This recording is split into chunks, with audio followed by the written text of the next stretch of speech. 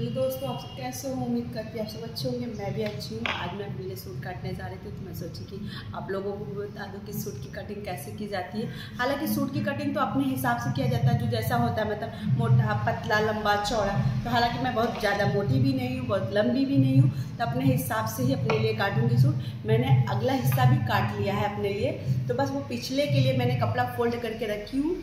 इस पर ही मैं बिल्कुल ऐसे इसको रख दूंगी, उसी के बराबर मैं बिल्कुल काट लूँगी।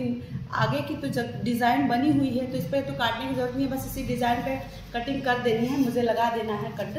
फिर इसके बाद सिल देना। पीछे में जो है मुझे चाहिए गोला, अपने हिसाब से मैं रखूँगी। डीप चाहिए मुझे 10 चाहिए, 5 चाहिए, 6 चाहिए, तो उस हिसाब से मैं काटूँगी। और लंबाई मेरी 38 है, मतलब लंबाई मैं काटूँगी 38 और तैयारी रखूँगी 36। मुझे 36 बहुत अच्छा लगता है, और अभी इससे कम चाहिए, जैसे कि 32-32। पटियाले में जैसे होता है कि आप लोग अपने हिसाब से छोटा रखो, जैसे 28 हो गया, 29 हो गया, तो वो पटियाले में आ जाता है। तो मैं पटियाला तो हालांकि नहीं काट रही हूँ, थोड़ा सा सेमी पटियाला का काट रही हूँ, तो इस हिसाब से लंबाई थोड़ी रखूँगी तो थोड़ा अच्छा लगेगा। मुझे लेगी पे पहनना हुआ है ना। आज तो मैं बिंदी भी नहीं लगाई हूँ और वीडियोज़ बनाने भी बैठ गई। आज मैं बाल में अपने रीठा अपनी भाभी भी गोई हुई थी, बोली कि दीपू तुम भी लगा लो, मैं भी लगा लूँ। तो आज चिपकू सी भी लग रही हूँ। आप लोग देखोगे तो बोलोगे कि बिल्कुल कैसे क्या है, मतलब कुछ नहीं यार, मतलब चल जाता है कभी कभी। अब बाल है, बाल में पूरे डैंड्रफ हो गए थे, बाल इतने झड़ भी रहे कि मुझे क्या बताऊँ। और मेरे कहीं कहीं तो बाल वाइट भी हो रहे थे, तो भाभी जी बोली मेरी कि आप रीठा लगाओ, बिल्कुल आपके बाल काले हो जाएंगे। मतलब काले तो हमको लगता नहीं, मतलब विश्वास नहीं होता, लेकिन वो बोल दी तो मैं लगा ली। शायद हो सकता है उनको कोई रिस्पांस इसका दिखा होगा, तो वो मुझे भी सजेशन दी कि हाँ तुम लगाया करो, तो मैं उनको भी लगाई। हालांकि अपने भी लगाई हूँ, थोड़ा चिपकू सी दिख भी रही हूँ। और मुझे काला काला सा भी दिख रहा है, मतलब थोड़ा काला हो गया है मुझे बाल। काला तो नहीं, अब धुलने के बाद ही पता चलेगा कि बाल काला हो कि नहीं। मेरे एक आग तो बाल आगे जो है वाइट भी हो रहा है। अभी मुझे समझ में नहीं आया, मैं भाभी से वही बोली कि मेरा बाल भाभी अब मैं बुढ़ी हो रही हूँ, अब लग रहा है मुझे पीटी। तो ऐसा नहीं कोई बात है दोस्तों, हो जाता है सभी को। मतलब आजकल के इतने खान पान गड़बड़ हो चुके हैं ना कि हर खाने में जो है के मतलब जो भी खाद वाद है, जो खाद से उपजाऊ होता है हमारे खेतों में। अब तो पहले वाले खाद भी नहीं रह गए, जो जैसे खेत में पहले लोग पोटी वोटी भी करने जाता तो उससे भी खाद बन जाता था।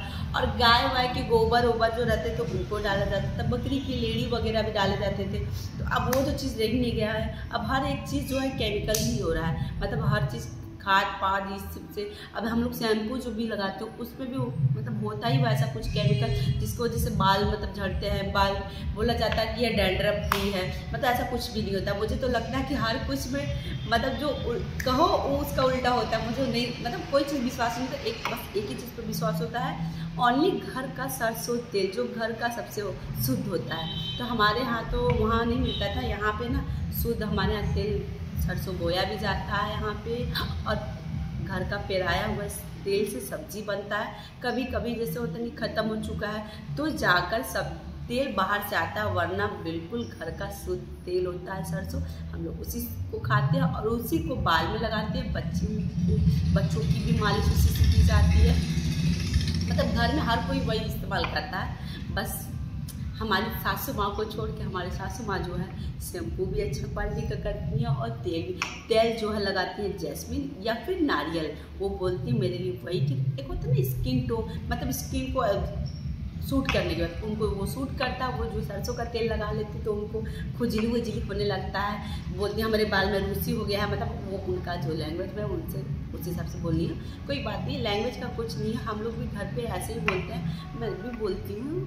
ठीक है दोस्तों, तो आप लोग ये मत सोचिएगा कि अपनी सासू माँ मतलब जो जैसा बोलता है इसलिए मैं बोल रही हूँ। अच्छा हाँ, तो मैं ये आप लोगों को कहना चाह रही थी, मैं कह क्या रही थी, कहने क्या लगी हूँ।